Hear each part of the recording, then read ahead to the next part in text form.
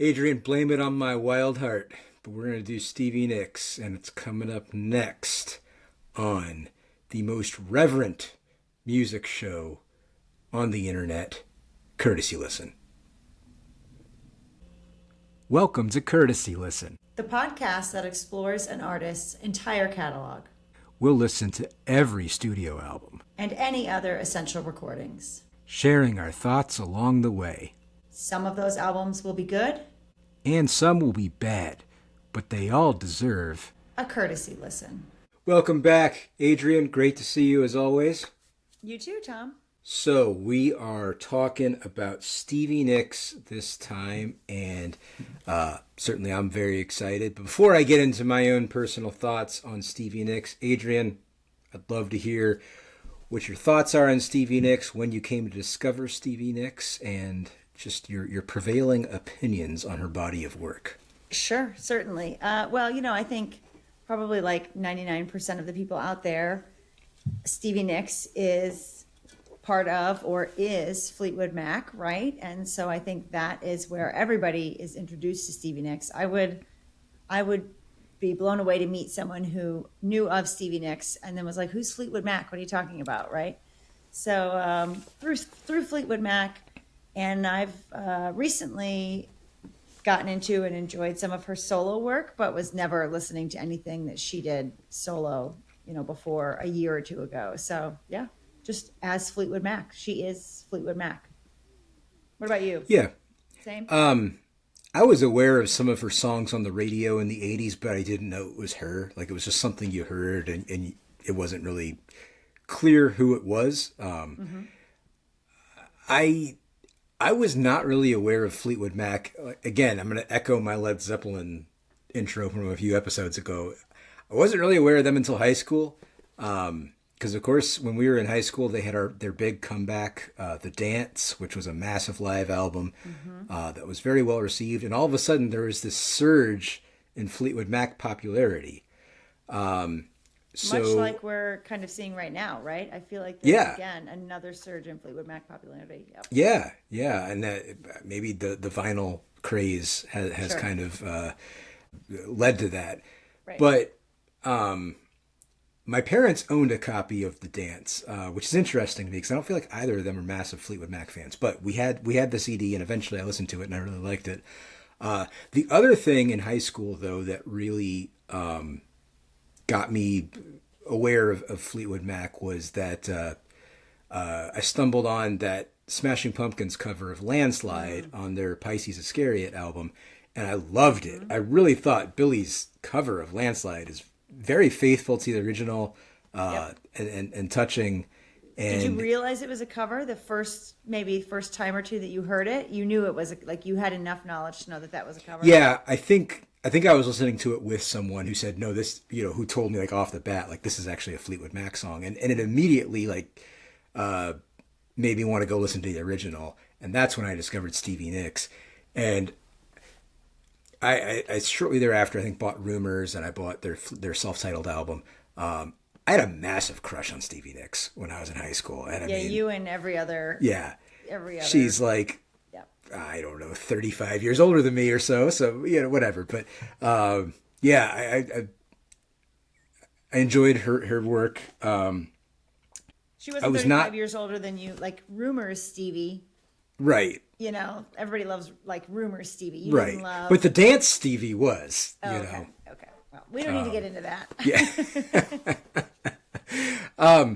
But I didn't really know her solo work other than Edge of 17. And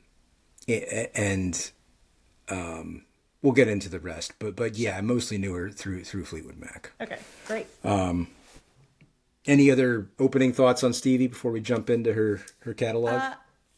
Just in general, overall for this, I did not realize that she was still pumping out albums, in the 2010s. Like, we'll get into it. Yeah. But when I think of Stevie Nicks, I think of like, 1979. I don't think of these more modern albums. So it was really, and I hadn't listened to a lot of these before the more modern albums. So it was really interesting to hear and be like, oh, wow, this was like 2 years ago she put this album out. So yeah. So we'll get started with our traipse through her album list here. Her first solo album was 1981. She released Belladonna, which of course has gone on to become a classic album.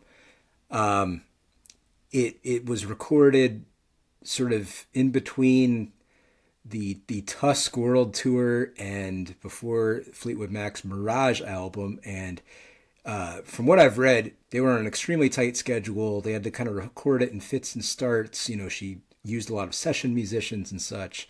Adrian, what do you think of Belladonna? Belladonna. Well, this is like iconic Stevie Nicks, right? Belladonna is this solo Stevie Nicks. I love this album. I have listened to this album before doing the podcast. There's a lot of really great tracks on there. I love, in doing the podcast, digging in a little bit deeper. The opening line of this album is, "You can ride high atop your pony, you won't fall, the whole thing is a phony." So like her breaking away from the band and kind of right off the bat lashing out at maybe, the band or one specific member, Lindsey Buckingham, of the band in general, I think was really great of her to step out on her own like that. Stop Dragging My Heart Around, absolute jam, great track. If you're listening on vinyl, which is how I've listened to this album, on vinyl more so than streaming or CD or anything, the last track of side one is After the Glitter Fades, which is a little bit campy. It's a little like sing-songy, but it has like a bit of a build-up. It has a nice resolution, and I feel like it's the perfect kind of leading up to the intermission of the record flip before we get to side two, track one, which is always my 99% of the time my favorite track of the album, right? And we hit Edge of 17 as side two, track one, which is just a burner of a song. All of these, I think, are great tracks and really highlight Stevie's, her writing prowess, her vocal ability, and just, great album. Great album. Agreed. This is a great album. Doesn't really feel like an 80s album. Feels more like 70s rock to me. Of course, 1981, the overall 80s sound hadn't really taken shape yet. Right. Well, a lot of it was probably formed maybe in this, in the end of the 70s leading up. Yeah, I mean, it's pre-Thriller, Genesis, self-titled. A lot of the, Sports by Huey Lewis. A lot of the sounds, the early albums that would define the 80s sound hadn't come out yet. So I'll start with Edge of 17, though. Edge of 17, incredible song. I mean, I think we all know that. It's probably her most famous solo song. It's got that great guitar, that unmistakable guitar riff. So simple and yet just iconic. But what really strikes me about that song is her phrasing. Her phrasing, in the verses, is something that's just unteachable. Because if you just read those lyrics and you had never heard the song before, you would probably think, how does this even work as a song? There's no specific meter. A lot of it doesn't even rhyme. Right. But she makes it work so well because just the way that she sings it. Every now and again, there's a song like that where somebody who just is an incredible artist can sort of make this song structure work, and it's kind of not traditional in terms of meter and rhyme and stuff. The other thing that the other example of this I'm thinking of is David Bowie at the end of Under Pressure. He does this whole, love's such an old-fashioned word, and love that doesn't rhyme at all, but it just works, and Stevie's verses on this work the same way. It's just it's an incredible achievement, I think, and so it's just one of those songs that no matter how many times I listen to it, I'm always just blown away by how she sings it. You mentioned "Stop Dragging My Heart" with Tom Petty. That's an awesome song. She does "Leather and Lace" with Don Henley. That's a good track too. There's not a weak track on this album. It's just through and through. It's a great album. Excellent. A lot of famous session guys on this album. You got Russ Kunkel on the drums. I mean, just a lot of famous LA session musicians, and it's evident in the quality of the album. So yeah, highly recommended. Belladonna. If by some means you have not heard this album, you need to listen to it. Right. Would this be the album to listen to? I think I would say maybe we'll get to that. I mean, it's up there. quintessential Stevie. Without spoiling where I'm going to go with this, if somebody said, is there one Stevie Nicks album that I need to hear? Yes. I mean, objectively, I would say this album without getting into like my own preferences. Mm-hmm. Got it. So, after Belladonna, we get another Fleetwood Mac album that we're not going to talk about, but Mirage comes out in 82. And then, after that, Stevie releases her next album, The Wild Heart, in 1983. We are getting more into the 80s sound now, and we'll talk about that. A lot of 80s session musicians on this one. Steve Lukather from Toto plays guitar on some of the tracks. Adrian, what do you think of The Wild Heart? Thoughts. I enjoy this album. This one I've listened to before the podcast, so enjoyed this one. I think this is about as 80s as I'm gonna get. I'm not a big like 80s. I don't know if it's just like the 80s single female vocalist that I don't really enjoy as much or what, but this is about the limit of my 80s music that I can take from Stevie.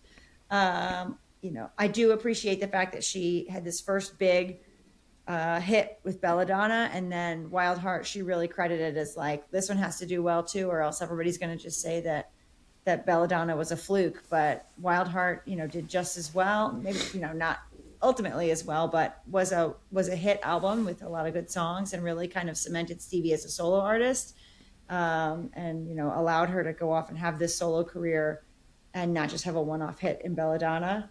I really, again, side 2, track 1, Stand Back. Man. Like this one of the singles from the album. Love that tune. Love that one. I love I Will Run to You, which was written by Tom Petty, and Tom Petty's here again on this album. I think if I had to pick a Tom Petty Stevie Nicks song, I would pick I Will Run to You over Edge of 17 or Stop Dragging My Heart Around from the album before. Wow. Enchanted is a really, really great rock jam on this album. And If Anyone Falls is like, has those 80s, great song.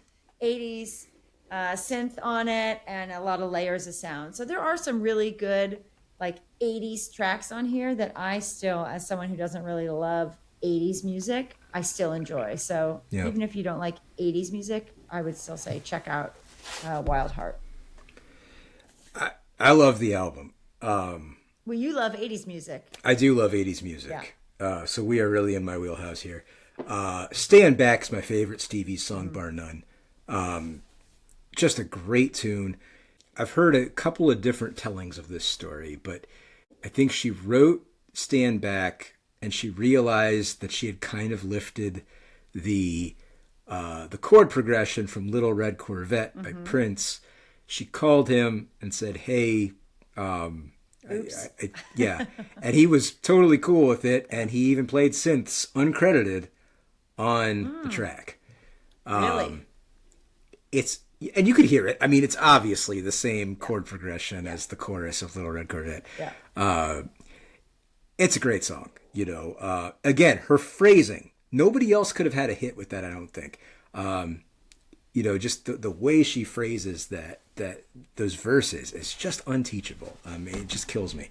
I also like I like the title track, and I just think "Blame It on My Wild Heart" is such a good catch-all excuse. Like I want to start using that. I feel like no matter what transgression, I've just committed. Yeah. Blame it on my wild heart. I mean, like, right. What more can you say? And just to be clear, that's not to be confused with Wild at Heart, which ruined. Yes, that's proper excuse. Ruined many lives. I'm just kidding. Not really. Don't look up Wild at Heart. Just let that one go. If you're blissfully unaware of it, let it go. You mentioned some of the other great tracks I enjoy. One thing I didn't like about this album is there's a synth tone. Not on Stand Back, because the synths on Stand Back are perfect, but there's a synth tone on a lot of the other ones that I don't really like. It's kind of like this kind of abrasive synth tone that almost sounds like proggy. in a way that just doesn't really work with Stevie's sound, I feel like. So that's the one thing that I didn't love about this album. But great album, great songs. Yep. And this is one that I pull out quite a bit. Yep. These albums, here, it's crazy to me that Fleetwood Mac is still, doing their own thing, doing things, big things. And meanwhile, this is happening. Usually you have a band hits it big and then they all kind of, drift apart and go their own ways and do their own things. But you have like her career, solo career, and Fleetwood Mac intertwined, right? And it's just wild that she's putting out all these bangers for herself and for the band as well. So that, that was something going through this that kept coming up in my mind. Like, wow, I can't believe she's like working two jobs here. You know what I mean? So, yeah, it really is remarkable. Yeah. Mm-hmm. So that's going to bring us to November of '85. It's your third solo LP, and we don't have a Fleetwood Mac album in the middle. They're still on hiatus. Rock a Little, and this one, boy, if '80s is not your thing, this album might be an acquired taste. Yeah. I will withhold further comment. And Adrienne, let's hear your thoughts. This is where you start to lose me a little bit. I definitely didn't enjoy this album as much as the previous two. I can't wait though. The opening track for this, it's such a good '80s opening song. Like even as someone who doesn't appreciate '80s music, I can still listen to that song and be like, okay, this is still a good song, right? So it has it all. It has crazy drum machines. It has weird synth, weird like sounds, laser sounds happening. You've got breathy vocals. You've got all this kind of stuff happening, guitar solos. So a really good song, even if you're like me and you're not gonna go to the '80s music as your choice. I think the title track is like a slow ballad, has a really cool bass line in that Rock a Little, Go Ahead Lily. There's a really nice little bass riff in there that I enjoy. I think it's funny through a lot of these songs. I don't know if you noticed this or not, Tom, but like in Rock a Little, one of the lyrics is she says, "That's how songs are written, stories are told, rumors are started." And she drops the like dreams, rumors, chain, like all of these kind of Fleetwood Mac. I did not pick that up. Everywhere. She drops these Fleetwood Mac kind of buzzwords for the next 20 years. And so I heard that, that's how songs are written, stories are told, rumors are started. Kind of this like double entendre, right, for Fleetwood Mac fans. Other than that little tidbit, the lyrics are kind of meh for me on Rock a Little. But Imperial Hotel I really enjoy because it doesn't sound like an 80s song. It sounds like a Tom Petty and the Heartbreakers song. So that one, was great. Another song about heartbreak, which is just going to become like her one trick pony, I think, for Stevie this whole time. Best song on this album, if you ask me, is Talk to Me. Absolutely. Yes, great song. And in reading a little bit about that song, I thought it was funny. So that song was written by Chaz Sanford, right? Correct me if I'm wrong. Who also wrote? Do you know what he also wrote? I don't know he also wrote "Missing You." I ain't missing you. Oh yeah. John Waite. Yes, exactly. If you listen to these two songs in tandem, "Talk to Me" and "Missing You," I wish that John Waite would not have recorded "Missing You," and I wish that Lindsey Buckingham would have recorded it. They're like identical songs. Like they could just be the same song. And I need to go out on the internet and find somebody who's mashed them up together, because the lyrics of "Talk to Me" and the lyrics of "Missing You" could be Lindsey and Stevie. Yeah. Who, for those don't know, Lindsey Buckingham from Fleetwood Mac and Stevie had this long kind of tumultuous relationship, off again, on again, off again, on again, right? And those two songs, the only way that "Talk to Me" could be better is if Lindsey Buckingham would have recorded "Missing You," and it would have been such a crazy, kind of mind explosion. But yeah, decent album, but definitely starting to lose me on the 80s sounds here. But maybe for you, you're enjoying it more because of that, or what do you think? Yeah, I'm still trying to process this whole fact that, Oh, that's the same guy that wrote "Missing yeah, You" because I love yeah. "Missing You." Right. Listen, Wow. go listen to those. Go listen to Well, Talk to Me and I'm Missing doing them You. both in my head, and yeah, I mean Yeah, it's they the are same certainly song. absolutely. That's amazing. So I really felt like there was some false advertising here because it's called Rock a Little, and it should be called Rock a Lot because this album goes. I loved this. Quick aside, I when I was like college age and whatnot, I was an avid reader of just like random music reviews, and not even just from like journalists. I would go on Amazon and I would just read reviews from people who bought albums or maybe even didn't buy them. It was just, I would constantly read reviews. And That's funny to me because did you care what people thought, or like what was your no, I was just the whole fandom interested. I side just note? Yeah, just liked, interested to hear what people. I have just always enjoyed reading other people's thoughts about On albums. music. Yeah. And if too many people were And like, "This is great, this is great, this is great," Tom's like, "I'm not buying this. This is ridiculous." Too many people like well, this. yeah, I can be contrarian at times, certainly. But the flip side of that is I think I was often, many times I probably avoided certain albums just because like they got bad reviews and I let that be like, that's not worth my time. And Rock a Little was one where, I mean, the prevailing opinion was she kind of went off the rails here and, this is weak. So I never gave it much thought and I loved this album. You know, when we do this, we do it over, we usually record every couple weeks. And so like, we have to get through a considerable catalog in a short time, but inevitably there'll be like one album or a few songs that like I want to go back and listen to it. And so I listened to this album over and over again. Yeah. Probably at the expense of some of her others, but I loved this album. You mentioned "I Can't Wait." That's a great track. The guitar tone that's being used on a lot of these songs, especially like for some of the solo work, is really that sort of 80s kind of abrasive, slightly edgy guitar tone Yeah. that's pretty common of the time, which I like. I know that's kind of a non-starter for a lot of people. "Talk to Me" is an awesome track. One of the things that I wanted to mention about this was that Stevie was offered the song "These Dreams" that became a number one hit Oh. for Heart around this time. So I imagine it would have appeared on this album. She passed on it, which I don't know if I would have staggering liked for that. me.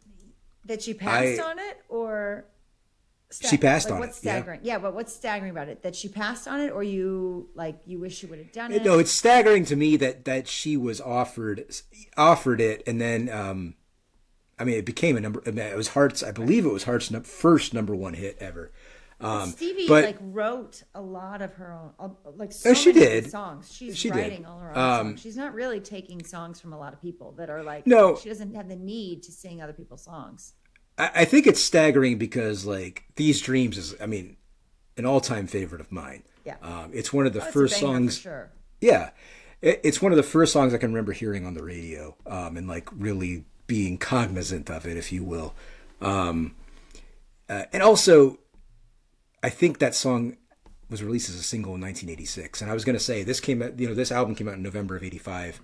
But being that late in '85, it sounds like an '86 album.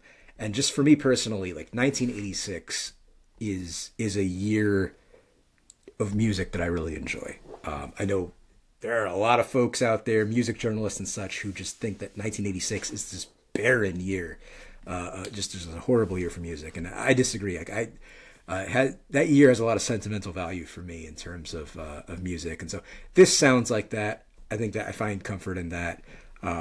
But I really enjoyed this album, and I didn't necessarily know what I was getting into when I listened to it for the first time for this episode. But yeah, I really liked it. Good. When was the last time you had listened to this album before? I don't think the I'd podcast? ever listened to it all the way through. in I knew its "Talk to entirety? Me," Yeah. and I knew "I Can't Wait." But both of those tracks had been years, and there were a lot of songs on here I'd never heard before. Yep. Okay. So her next album comes out in 1989. In the interim, Fleetwood Mac has their big, what I would call their big comeback record, Tango in the Night. Second That album, most highest selling Fleetwood Mac album. yeah, several huge hits off of that album. Kind of proved that they still had some magic left in the tank there. And then coming off of that, Stevie goes back into the studio, puts out The Other Side of the Mirror in 1989. So, Adrian, let's hear your thoughts on The Other Side of the Mirror.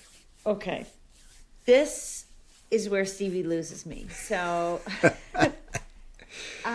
this one I really don't have a lot of thoughts on because I listened to it once and I was like, thank God I'm done with that. I'm never, ever going back to that one again. Never going back again, right? I did think Cry Wolf to me was funny because it was like, it's on again, it's off again. Again, Stevie and Lindsay, all these songs about Stevie and Lindsay, that one is like, it's on again, it's off again, it's on. It's really, really off this time. We are done. It's totally done. I'm not crying wolf anymore. And she just can't help herself. And, there's more of this down the road. So that made me chuckle a little bit. No more duets with Tom Petty on this album, which is sad for me because I do appreciate that Tom Petty, those duets and that Tom Petty sound. We do get Bruce Hornsby as a duet on here. She pulls in some other musician friends for albums along the way, but it's just not the same. It's not doing it for me. So Other Side of the Mirror is, take it or leave it. This one I'm going to leave for sure. Yeah, I still like this album because in addition to 1986, I think 1989 also a fabulous year for music, and just the way music sounds that year appeals to me. This is not as strong of an album as Rock a Little. In fact, this one should have been called Rock a Little because the previous album should have been called Rock a Lot. It's Rock Less. This one is Rock Less. Yes, rock considerably less. I do like the opening track, which was the big single off of this album. Was it Room on Fire? And I believe that was her last top 10 hit. But it was a top 10 hit, And yeah. Well, like for Stevie, her personal life, she's into drugs, right? She's kind of like personal things are pulling her away from the music here, right? So the further along we get in the catalog, before she kind of comes out of all that, you can kind of feel it slipping away a bit. Yeah, and her focus on Fleetwood Mac and all that is apparent. I think this album kind of feels like an afterthought. There is a line from the Rolling Stone review that I want to pull up here. But too often, Nicks is stuck in a mid-tempo funk, bellowing about witches, gypsies, and twisted love. I don't know. I thought that kind of summed it up pretty well. Yeah, true. Yeah. Also, what is it with gypsies and her? Kind of off-putting.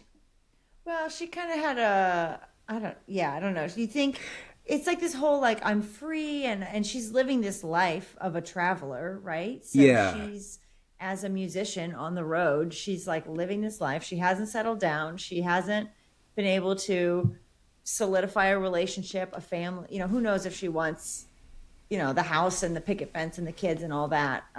But just having this kind of like, she identifies maybe with this kind of wandering persona, and we see it again and again where she's talking about being blowing around in the wind or Sisters of the Moon and that type of thing. So that's actually the best explanation that I've heard. And I bring it up because she's a similar age to Bruce Springsteen. Bruce Springsteen also sings about gypsies constantly, but I feel like it's in sort of the sense that like they have mystical powers or something like that. It's just it feels off-putting to me. Yeah. In any case, constant theme for Stevie. This album was produced by a guy named Rupert Hine. Not who I would have picked. It definitely sounds different. He didn't produce any of her other work. He would go on to produce Duncan Sheik's self-titled debut in 1997, which featured Barely Breathing. Wow. Yeah, little tidbit. He produced a couple of 90s Rush albums. So he like cut his teeth on this mediocre Stevie Nicks album before Yeah. going on to produce. Yeah, this like album mediocre feels albums. rushed, just not in the Geddy Lee sense. Anyway, it's not terrible. I like Bruce Hornsby, and I like the Bruce Hornsby duet on this album. Yeah. But yeah, and they also go ahead. Well, I was just going to say, I think that it would be interesting. Stevie had a problem with cocaine, and then to get off cocaine, she got onto Klonopin, and then she had a problem with Klonopin. And I think all of that, it would have been really interesting. This is around the time where, she doesn't even remember these tours because she's so hopped up on Klonopin. And it's like, I wonder what she could have done had that detail in her life been different, right? Yeah. Last thing I wanted to say about this album. Nope, maybe that was it. There's not much to say about this. No, I wanted it to be better, especially after I heard Rock a Little. I was like, well, maybe I've been sleeping on this 1989 album too. The other thing I wanted to say about it was it kind of has like this vague Alice in Wonderland theme that just doesn't really go anywhere. So yeah, kind of a disappointing album. That brings us to 1994. At this point, Stevie has left Fleetwood Mac. I think Fleetwood Mac had some early 1990s album that wasn't any good. I don't know if she was a part of it or not. Yeah, right? She wasn't part of it. And 1994, this would be Stevie's only 90s album. Street Angel, which I always want to call Street Legal, which is a Bob Dylan album. Street Angel. Well, that's funny enough because Bob Dylan makes an appearance on this album. Yes. It's a Bob Dylan cover. There's a Bob Dylan cover. Yeah. This album to me is, again, it's like whatever. It's better than the 80s albums because we're getting kind of back into rock again, which I appreciate. And it's not... Go ahead. This album is better than the 80s albums? Yeah, it's better than Other Side of the Mirror. It's not, the early 80s False. albums are different. Go You ahead. think so? Oh, this album is almost unlistenable. No, I wouldn't say that. I mean, there's a few tracks. Okay, Greta has this weird reggae sound to it, which I cannot get behind at all. I'm like, what are they trying to do here, right? And I'm trying to think about like 94. What else is happening that's making them like say like, oh, we should really try reggae. Like, anyway, so that's weird. Yep. There are some good tracks though. Like Listen to the Rain. This sounds like this is Stevie again. She's back at it. Like there's some strength there to it. Love is Like a River is a great jam, great song, but I get stuck up on lyrics sometimes. And this one bothers me. Love is Like a River. She says love is like a river, like literally like 30 plus times. Yeah. Love is like a river. Love is like a, but then never says anything about it. It's like, what do you mean, Stevie? Is it flowing freely? Is it winding through your life? Is it, like there's all these metaphors that she never ever completes. She just says, love is like a river. The only thing she says is love is like a river running straight back to the sea. That's the only explanation we get. And I just feel like she came up with this little phrase and then never like finished it. Right. So it's a great jam, but that part I'm like, it feels unresolved to me. We mentioned Bob Dylan, Just Like a Woman, the Bob Dylan cover, which when you hear this, Tom, you tell me, when you hear Just Like a Woman, do you hear Stevie singing it in her Bob Dylan voice? She opens it. She says, nobody feels any pain. She's right. Like it's not She does. She does do the Bob Dylan voice. Yeah. You can't not though. If you're covering Bob Dylan, the pull is too great. You have to do that weird vocal inflection. Yeah. There's moments where Stevie comes out. Like there's little phrases in there where it's Stevie again, and you're like, yes, get it. And then she reverts back to Bob. And it's like, yeah, no, stop. We don't need to hear your karaoke tune, Stevie. Like, pass, pass, pass. Yeah. So, yeah, not the best album. I mean, this album was a rough listen. Came out in June of '94.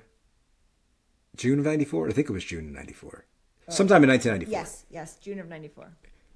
Same month as Purple by Stone Temple Pilots, and I mean, gosh, you can see the common influences running through them.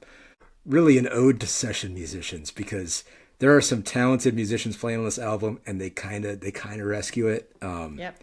I wasn't wild about the Bob Dylan cover, but it's probably the only thing on here that I would really listen to again. Really? Oh man, this album was tough. And I feel for her, because I know this was a bad time in her life. That album cover, that album cover is something, man. I don't really know how to describe it. It's an interesting choice.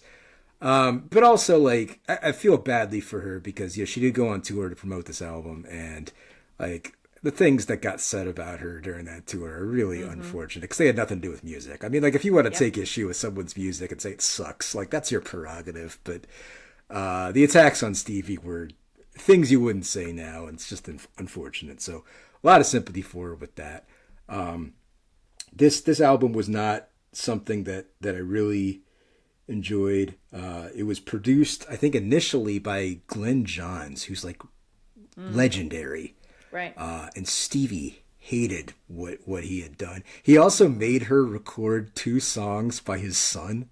Oh, no. Neither of them made the album. They made the Japanese version of the album. Oh, gosh. Well, because they probably weren't good. Yeah, probably. Like, there's a reason why they shouldn't have done the album. I didn't listen to them. She has talked about how she just despised this album.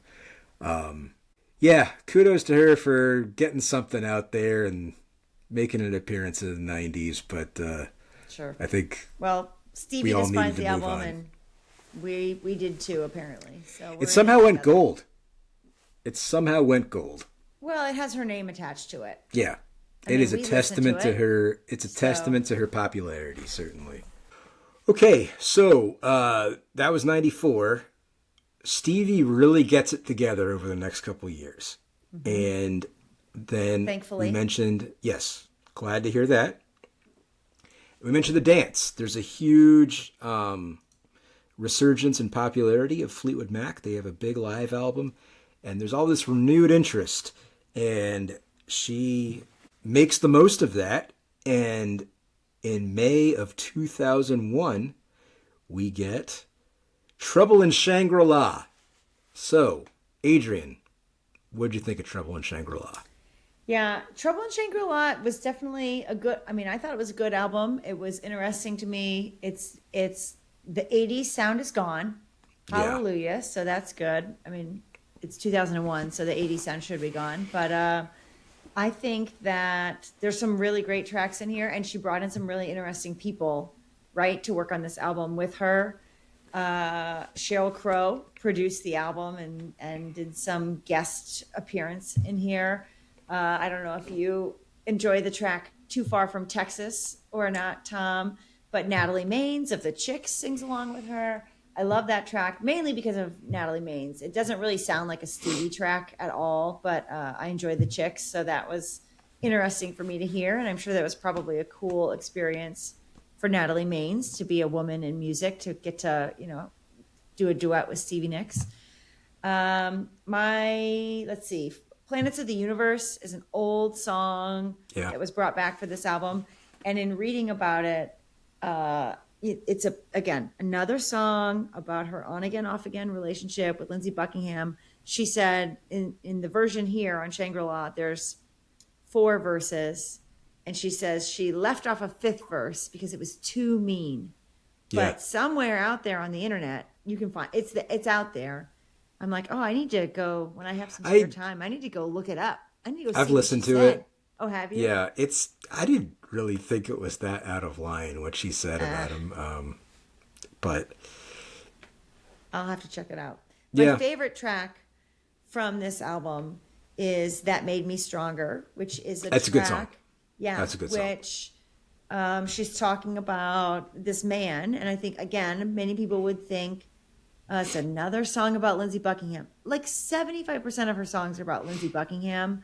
And by this point, I don't know about you if you're listening through the catalog, Tom, if you're as sick of hearing about this relationship with Lindsey Buckingham as I am, but I'm just tired of hearing about this. But this song, That Made Me Stronger, is not about Lindsey Buckingham. It's about Tom Petty, right? Because Right. she had reached out to him and said, write these songs for me. I need your help. And he's like, no, you can do it on your own. You write your songs. And I think it was just a really sweet song, and hearing about their friendship and, all of that. It's a great song, and hearing the story behind it, I think, made it even more enjoyable for me. So fun Yeah. song, good solid tambourine. Stevie's got a good solid tambourine going there like she does. So yeah, I enjoyed that one the most. Yeah, she's definitely in the pantheon of rock tambourine players, up Yes. there with Liam Gallagher, another great rock tambourine player. I like this album. Yeah. I will tell you, I bought this album when it came out Really? in May of 2001. Not on the day it came out, but definitely within that month. This album was very heavily promoted. Her record label really put a lot into promoting this because I was well aware of it. But I was an avid reader of like Spin and Rolling Stone at the time. Right.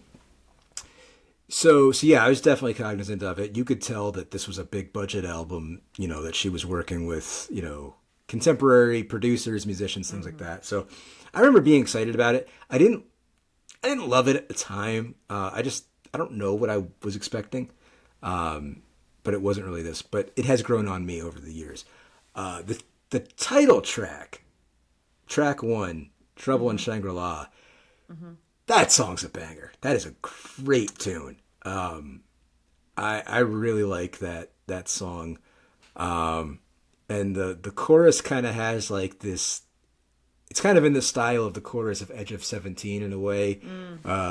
That I run through the grass, I run through the tree. I don't know. I really dig that. I also like track 2, Candle Bright. It's kind of got like this Jethro Tull chord progression to it. Well, You that was mentioned one of the Cheryl. older ones, right? Like she I think pulls it out was, old yeah, songs. yeah. She pulls out for a Maybe lot of she these co-wrote albums. it with Ian Anderson. She's pulling out old tracks from a lot of these. Yeah, yeah. You mentioned Sheryl Crow and her presence. Sarah McLachlan shows up for a track. Yep. We get a few tracks with Matt Chamberlain on drums, and Matt Chamberlain was like the drummer for every female singer-songwriter in the 90s and early 2000s. He did like Fiona Apple, Tori Amos. He was Pearl Jam's drummer for 5 weeks. He was the drummer for the he actually left Pearl Jam to be the drummer for the SNL band. Interesting. Anytime Probably a smart there's choice on his part.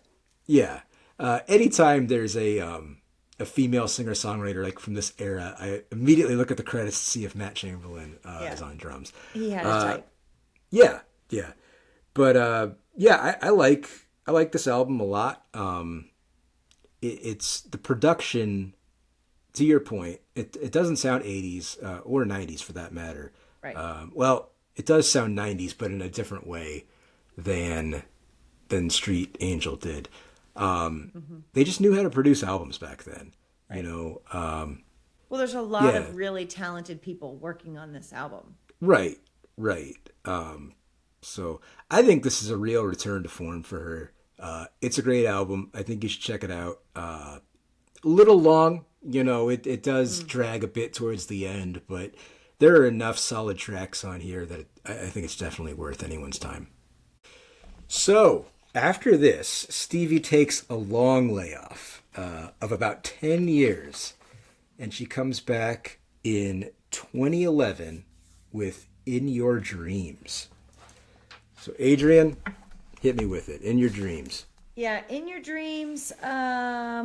This one, I feel like she kind of maybe put a lot of effort maybe into Trouble in Shangri-La, and it was running. Who knows? She needed to get her name back out there, or needed to get some paychecks rolling back in, or some. Who knows? This one is not as big of a hit to me. I don't know. Secret Love to me, I think it's maybe the opening track. That song to me makes me laugh, not because of anything Stevie does, but because the lyrics are all about like, come upstairs, you can't stay. Come upstairs, you can't stay down here alone. I'm worried about you, and it makes me laugh on a personal level because occasionally I fall asleep on the couch when we're listening to records, Andy and Andy's like desperate, like, you can't sleep on the couch, come upstairs, come on. And I'm like, just leave me down here. I don't know what it is. Something about this Secret Love, this like back and forth of the like, come upstairs, I'm so worried about you, can't be alone down there. It just made me think of that. It makes me laugh. So the song is whatever, but thinking of it in that context, it just makes me laugh. We have a bunch of weird songs on here. We have Soldier's Angel, which is all about... I'm going to get to that one. Okay. I'm going to get to that one. Soldier's Angel's weird. It's about, it's like this historical storytelling, God knows what.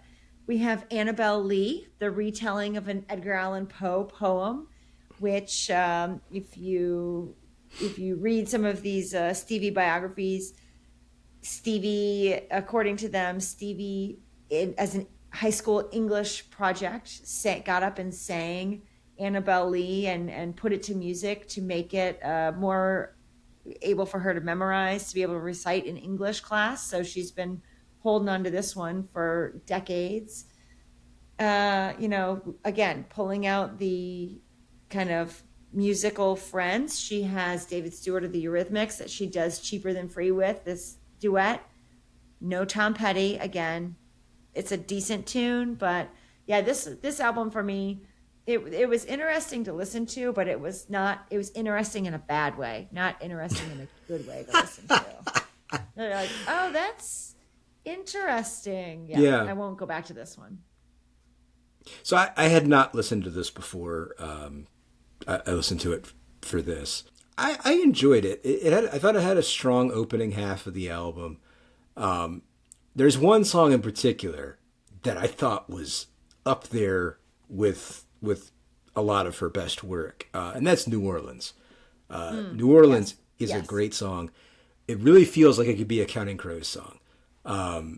It is the imagery that she invokes. It really makes you feel like you're there. She just describes what it's like to walk the streets in New Orleans. She talks about what she likes about it.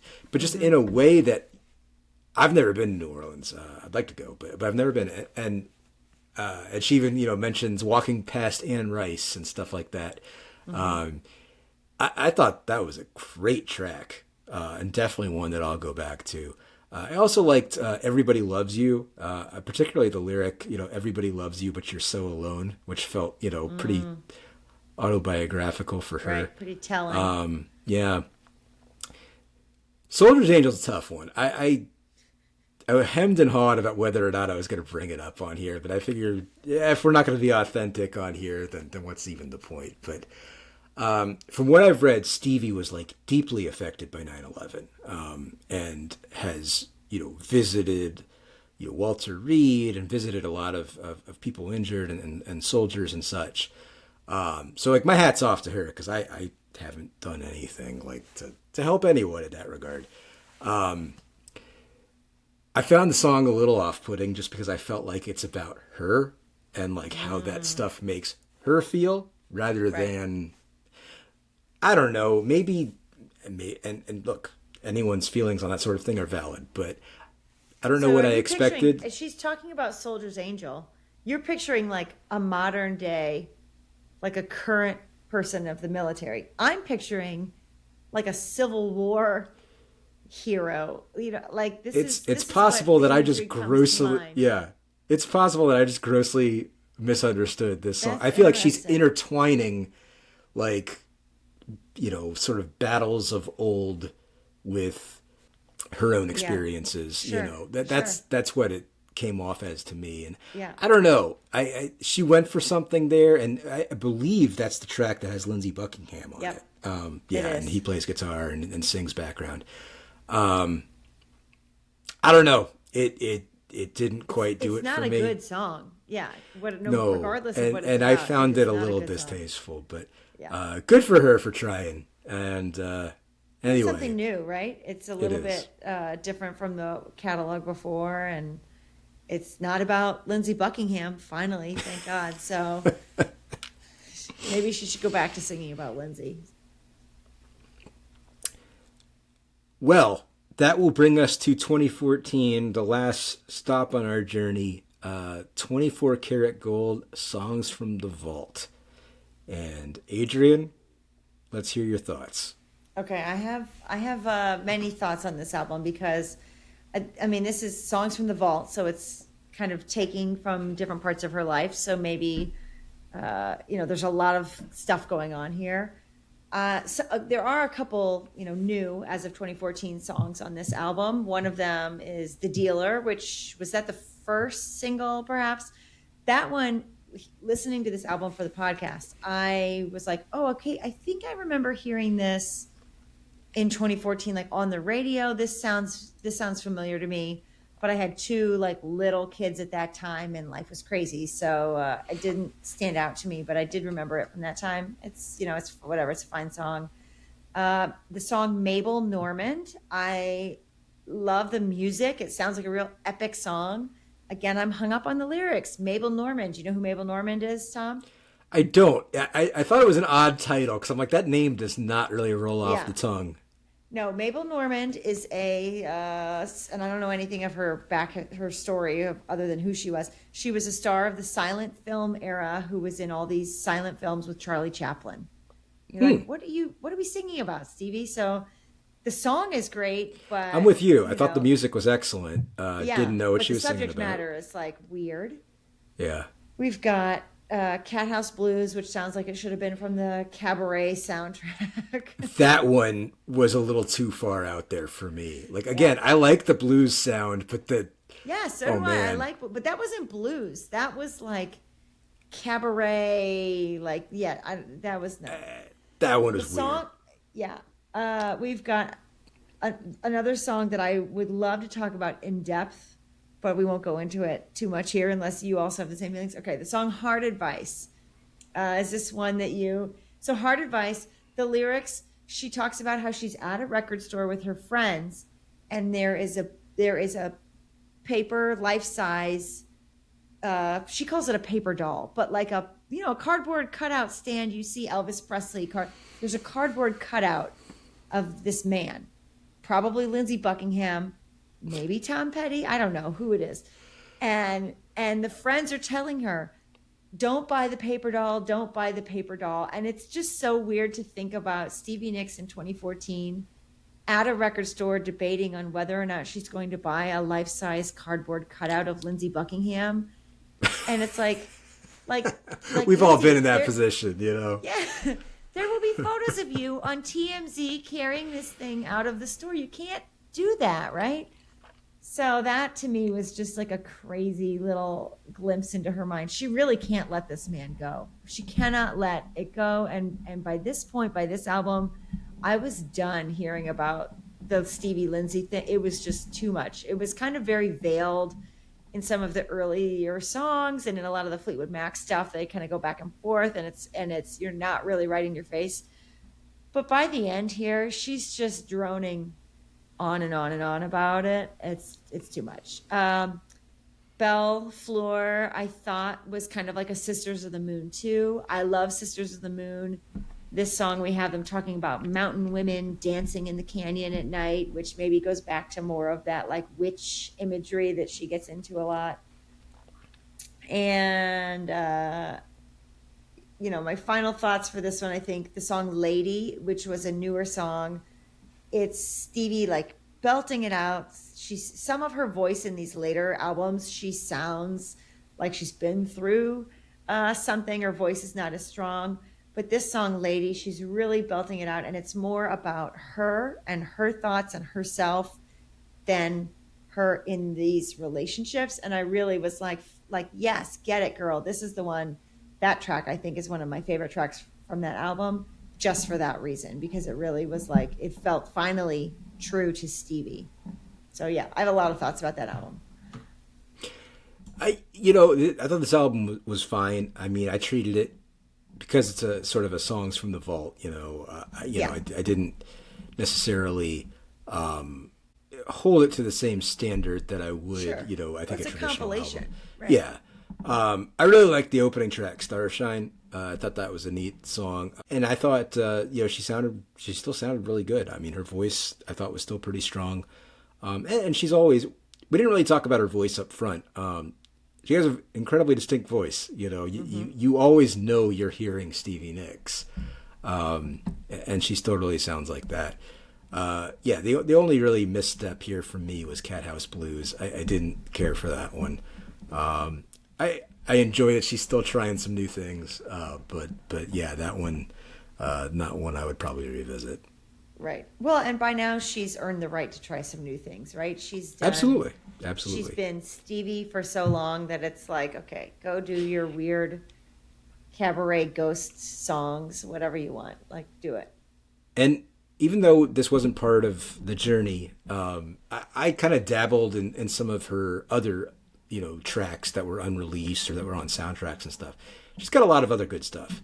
Really a deep catalog considering she was splitting her time with Fleetwood Mac. So that completes the album journey, and that is going to bring us to everyone's favorite segment, top 3, bottom 1. Ooh, yeah. So Adrian, gonna need to hear the third place album for you. Number 3. Number 3 is Trouble in Shangri-La for me. I think that was a fun album.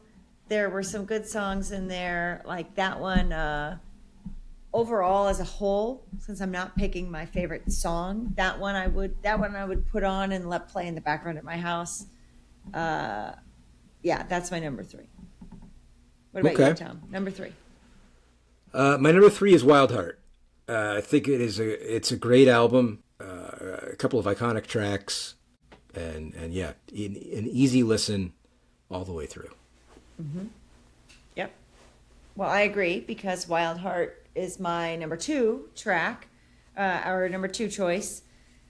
It's a good album. There's some really good bangers on there, like some really good songs on there. It feels like Fleetwood Mac Stevie still somewhat. We're not fully into 80s Stevie, and I enjoy that one. So that would be my number 2. It was between number 2 and number 1. It was a really hard choice for me, but that was number 2 for me. All right, number 2. Number 2 is Belladonna.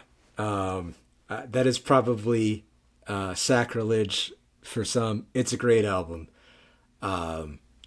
It has been dethroned as my favorite Stevie album.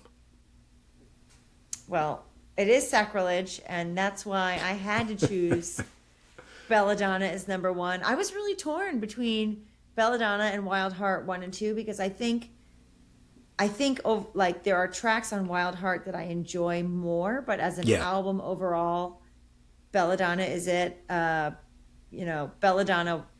I got when we first started collecting vinyl. It was one of the first albums that I grabbed for myself, and I pull it out all the time and put it on. It's just a great album, and I think that kind of, I say nostalgia, but this, I've only owned it for a year or two, but that kind of nostalgia about that put it at number 1 for me. I agree. It's a great album, but number 1 is Rock a Little. Rock a Little is so good. I cannot believe I slept on that album for so many years. If you're into 80s rock, it's definitely something you need to check out. I really enjoyed it, and I'm just happy that now I have something new that I can revisit from time to time. Sure. But after every top 3, there's always a bottom 1. So Adrian, what is bottom 1? I think it's gonna make me sad. I know what it's gonna be, and it's gonna make me sad. What? Really? Oh, I think for me it's Street Angel. I don't think I would ever. Okay, then yes. I thought you were the other side of the mirror. I thought you were going with the other side of the mirror. I think Street Angel I think is just bad. Yeah. And Other Side of the Mirror is fine for what it is. So Other Side of the Mirror's got a top 10 hit on it, Really? Yeah, Room on Fire. Oh, yes. Yeah, see, that one is like, that one I'm blah about, Other Side of the Mirror, but Street Angel is like bad, right? So that's bottom one for me. No, agree. Yeah, Street Angels definitely bottom one. Oh, is it yours? Same? Oh yeah. No, I thought you were going to put The Other Side of the Mirror bottom one, and that was gonna make me sad. Is that the first top 3 bottom one selection that we've agreed on ever? Is that Street Angel is the bottom one? We'll have to. No, I think we agreed that STP. Didn't we both pick High Rise? Oh, I as bottom one. I picked Perdita. I don't know. We'll see. I'll have to go back and revisit. I think we both picked High Rise. So, anyways, well, that was a great exercise in ranking. That brings us to Adrian. You got it on vinyl? I do, and I have it right here. Look, I have, of course, obviously, Belladonna, and Belladonna, which I said I picked up for myself, and Wild at Heart, which I got for... You just called it Wild at Heart. Oh, Wild... Oh, you did it to me, Tom. Wild Heart, excuse me. Which is, I got for my 41st birthday this year. Andy got that Very nice. For my birthday, which was very nice. Great surprise. But my copy, I love it's a thought that counts, but it's kind of dinged up. So if you know anything about Andy, he's out looking for a second copy. So do you own Wild Heart on vinyl, Tom? I do not own Wild Heart. Belladonna. I own Belladonna, and wait for it, boom! Oh, Rock a Little. Awesome. I was going to ask when you chose that as your favorite album, like, are you searching for it now? But because I wasn't sure if you had it or not, but that's great. I glad I had not listened to it. I bought it for $5 and I had never listened to it Before we decided. before this, and then I immediately put it on and I said, "Whoa, I'm glad I picked this up." And will you put it on in the near future? Oh yeah. No, it's a great album. I forgot to mention this real quick before we move to our bonus question. Trouble in Shangri-La, May 2001. Same month that STP released Shangri-La-Dee-Da. So clearly, they should have released a double album collaboration, Trouble in Shangri-La-Dee-Da. In Shangri-La-Dee-Da. Missed opportunity. That brings us to our bonus question. And Adrian, complete this sentence. Okay. Stevie should have just said no to drugs. Ooh, that's a good, yes, that's a really good one. Like she lost years, decades of her life to this, memories and experiences. And I wonder what would have come from her had she not, had this happening in her life, which I'm sure is the case for many rock musicians, right? But that to me is like, I wanted to say Stevie should have never gotten involved with Lindsey Buckingham, but then we wouldn't have had all these great songs. So Stevie should have just said no to drugs. That's a really good choice. Mine is, and since I haven't blasphemed enough in this, Stevie should have left Fleetwood Mac after Rumors. Ooh. After Rumors. Really? That's right. She should have. Her stock was never higher than it was right after Rumors. And hot take, that band rode her coattails. They still are for decades. Decades. Absolutely. And she should have cut them loose.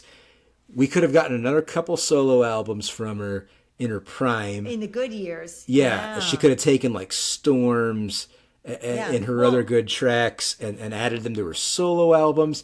And I'm sorry, Mick Fleetwood, I say this as a below average drummer. That guy's a below average drummer who has done nothing but take credit for Stevie's work, for decades. And she just forgives him like over and over again for it. She asked him if she could put Silver Springs on her compilation. And he said no. He said no for their compilation because he needed like another, Bentley or whatever. Mick Fleetwood can take a hike, man. They had an affair. She's probably all wrapped up in. Maybe the cardboard cutout was of Mick Fleetwood. Who knows, right? I don't get it. That man is the most average. That man makes Ringo Starr look like Neil Peart. I mean, just serviceable. I think we Serviceable need Mick this, Fleetwood. The later competent drum episode. work of Mick Fleetwood. God, don't get me started. Goodness. Anyways, well, that was fun.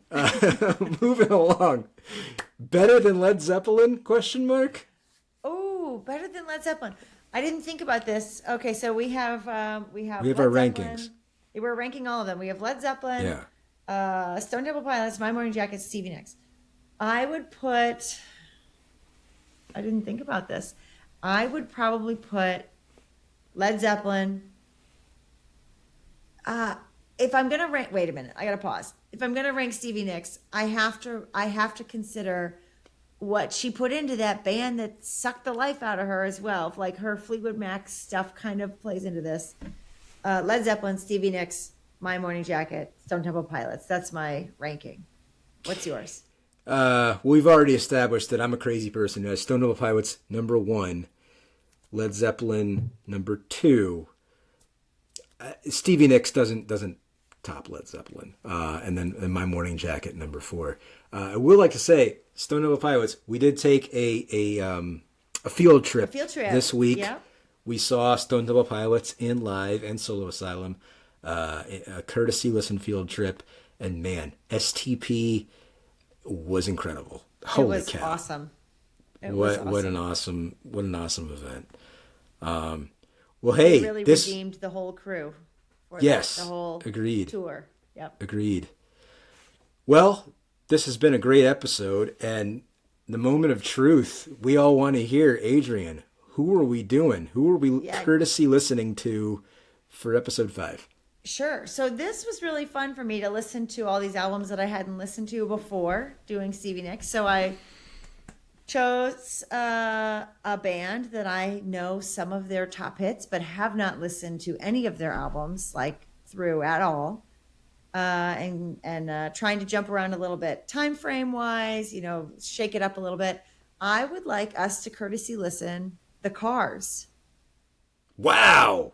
Yeah. That's a great choice. Yeah. That's a great choice. Well, oh, we'll man. see what we I'm think excited next for week. this. Yeah, next time. You had a guess. Awesome. You're going to tell me what your guess was? Tom had a guess of what I was I had a pick. guess. I guessed you were going to pick Death Cab for Cutie. Oh, no. No, won't be choosing that. Well, no, the car is a great choice. That'll be great. Well, Yep.